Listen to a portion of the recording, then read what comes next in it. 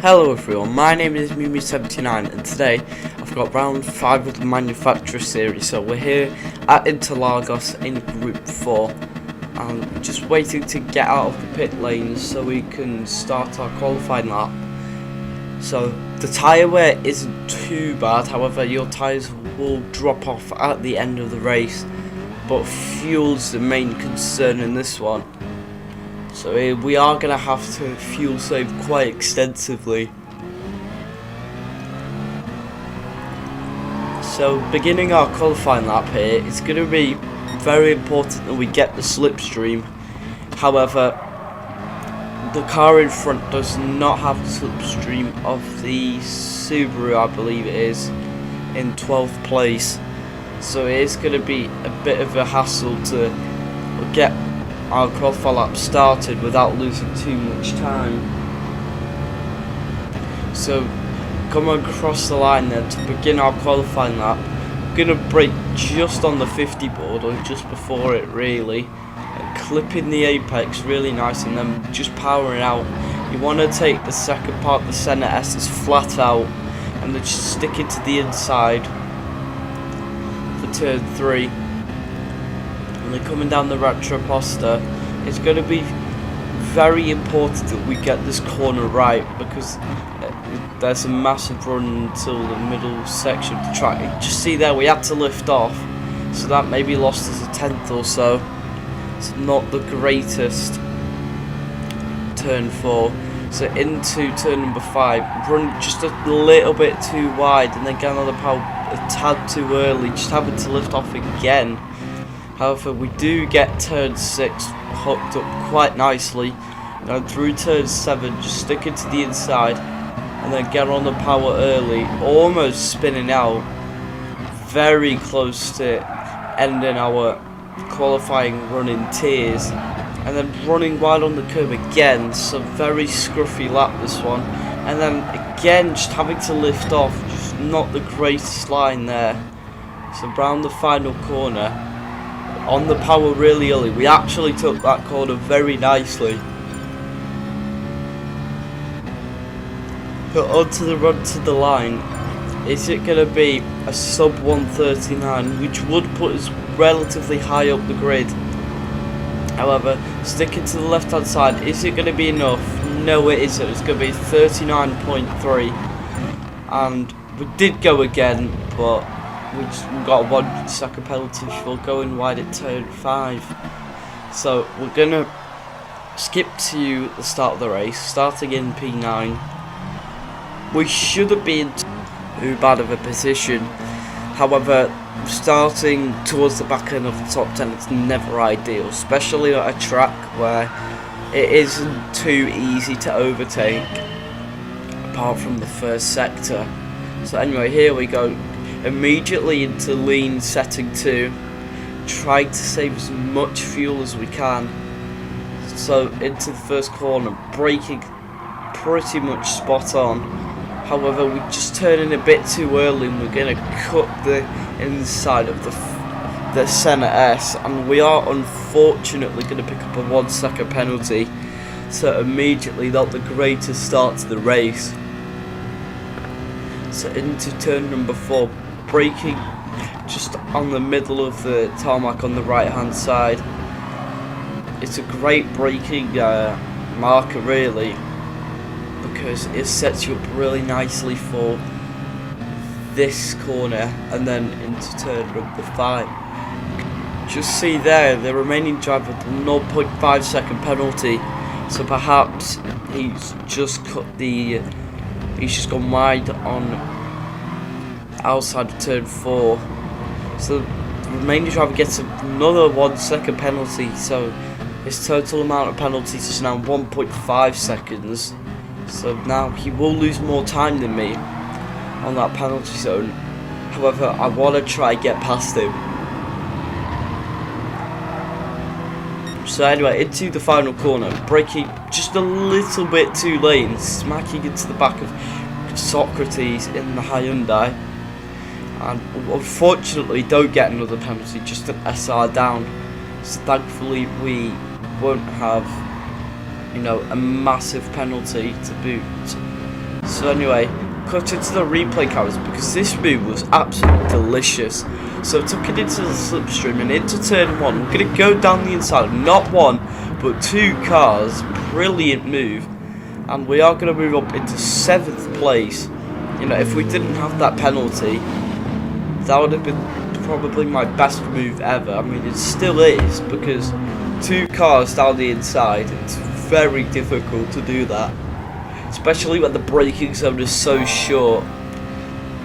However, we do keep 8th place, thankfully. So, into the middle sector. What I should have done here is I should have kind of pushed to get back in the slipstream, but I saved fuel in the middle sector, just stuck it in lean setting 4, and then back to lean setting 2 on the straight.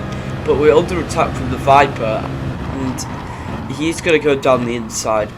Pretty simple move. I don't want to lose too much time battling, or we could work together. But we get a really good run out the second part of the center S's, and we're gonna just tuck in the slipstream, and we're gonna go to the right hand side because it covers off the inside.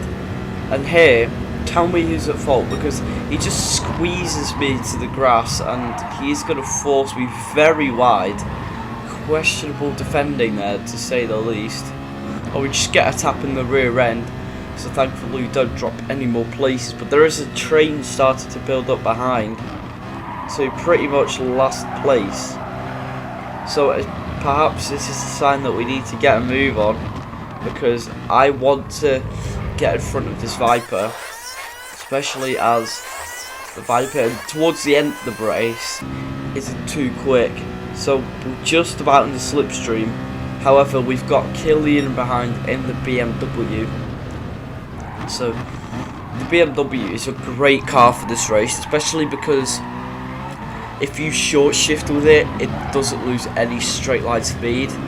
So you could just literally shift at the start of the revs and you won't lose any time at all.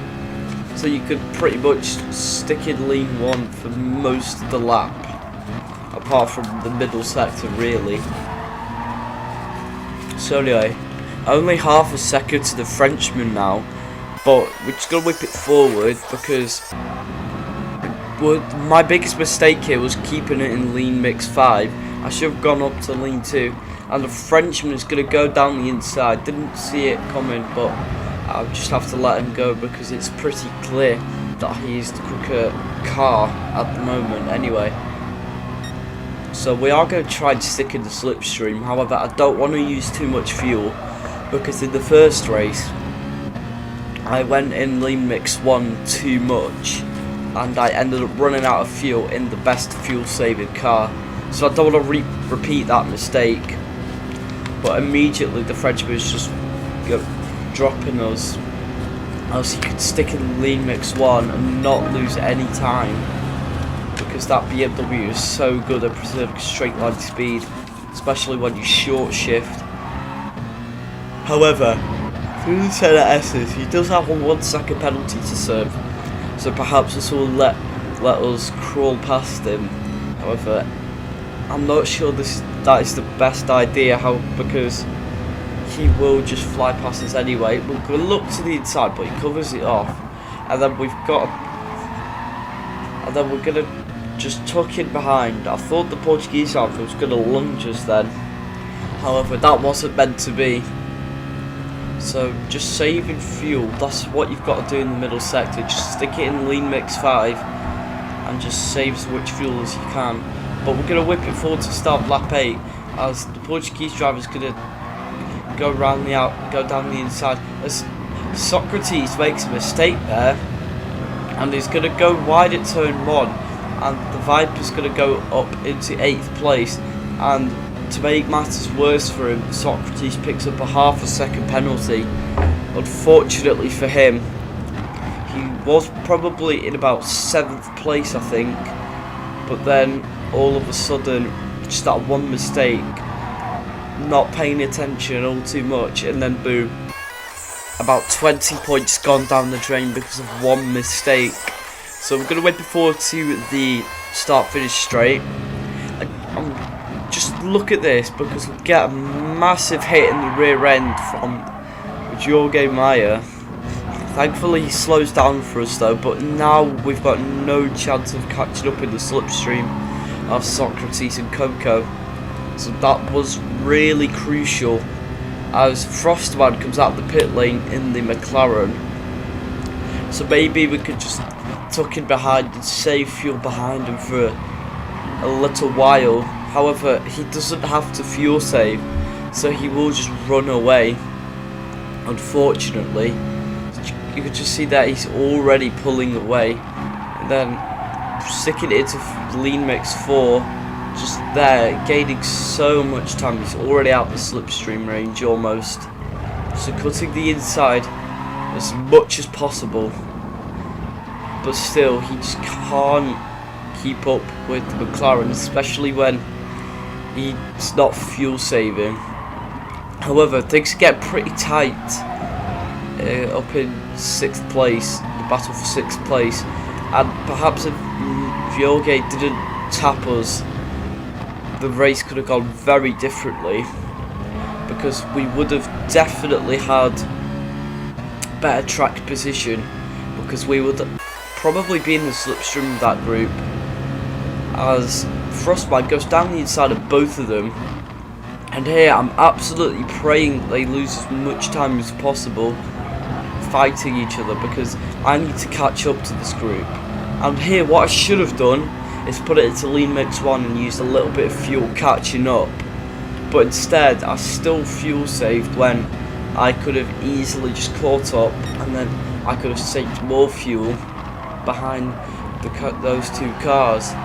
But we're going to just whip it forward a little bit, and the closest the gap we got was about 9/10 there. However, the gap didn't get any closer towards to the end of the race really. But now we are going to go around the final corner onto the main straight now, just saving a bit of fuel. I should have theoretically put it into lean mix 1 because I have a lot of fuel to burn. However, I decided against it. But we're just gonna zoom in here, because Socrates is gonna go around the outside into turn 1, and there's a bit of contact, a bit of door to door. However, he is gonna push his way past it. He's gonna go into 7th place, back where he was, I'm pretty sure, before his mistake. However, just look on the left hand side, we've got Phineas FSK now in 11th place, and he made a pit stop for fuel. So if we can lose as little time as possible behind Coco Anto, then the better, because I want to drop this guy as quickly as possible, because the Viper is pretty bad at saving fuel. So the quicker I can get past him, the quicker I can catch up with the Hyundai in 7th and perhaps, you know, save fuel behind him.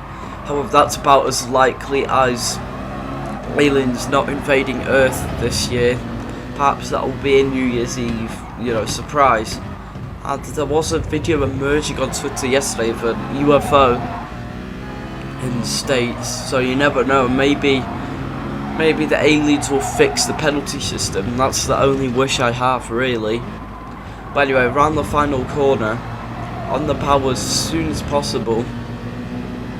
However, it's just we don't have enough oomph compared to the Viper, even though we are probably in a higher lead setting, which can't do anything.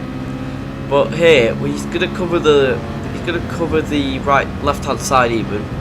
We're gonna go to the right. However, this is a pretty important move, because we're gonna go around the outside and we are going to take 8th place. But he just puts his nose in the inside, but we are going to get into 8th place. That is a crucial move, because now we're not going to get held up any longer. However, we are still going to be under attack, but now we've got to do a lot of fuel saving, so maybe we can't stick it up into lean mix 5 in the twisty parts as much as we could before. However, just got to look there, the gap to 10th place has dropped massively, because one, he's probably got fresh tyres, and two, he doesn't have to save fuel at all. However, if we can just keep up a consistent pace, and if Coco could hold up Phineas in 10th place, then maybe we could keep 8th position. However, we are making any gains to 7th place, and perhaps that was my mistake once more. I made quite a few mistakes as to when to try and get in the slipstream in this one. I should have definitely tried to get into slipstream, but there's yellow flags, and it's Frostman making a massive mistake, so we move up into P7. That is absolutely crucial, because now there's more positions at stake and more points as well. So Phineas goes down the inside of Coco. There's not much that he could really do, but he's also getting on me as well. So into the braking zone, braking just a little bit too late, running a little bit wide, and having to lift off at the second part of the set. Yes, he's right on my trumpet, and now it's going to be very, very, very difficult to keep him behind. And we're going to cover the inside, but it's not really going to be much use. He's got better grip, and he doesn't have to fuel save at all. So round turn 4, he gets the cut back, and we're going to drop down into 8th place. But immediately, we can't really fuel save because he's just going to drop us so quickly. Running really wide there, not the greatest line. However, we are going to brake quite early. We are going to meet the apex of turn 6, and then flicking the car right for turn 7. I did misshift into 3rd there for a brief moment, shouldn't have done that. We are going to whip forward to the final lap, and Coco and Jorge with the massive send, absolute crazy stuff. But we are immediately going to take Coco back, but Jorge is right in front of us, but we can't really do anything. We've got to save a bit of fuel because it is a bit tight if I want to use mix 1 on the final straight, so we still have to do a little bit of fuel saving. A bit of contact between myself and the Viper, however no penalties to report of. So now into the right hander. Don't know most of these corner names, so I am a bit of a potato when it comes to that. But he looks for a move down the inside, but he's just a bit too far back. However, the Master really is struggling on tyres now, losing a lot of time. However, we are going to be able to use mix 1, whereas some other cars will be in mix 2 or 3. So into the final corner then, we are going to have a pretty decent chance at swapping both of these cars to the line. Coco goes down the inside, however now we are going to use our little boost, and now we're going to be able to properly rev the car out, and we're going to go to the left hand side, and we're going to take both of them to the line. It's going to be 8th place, pretty okay result considering I lost a lot of time. But if you did enjoy, like and subscribe, turn on those post notifications. But take care everyone, and goodbye.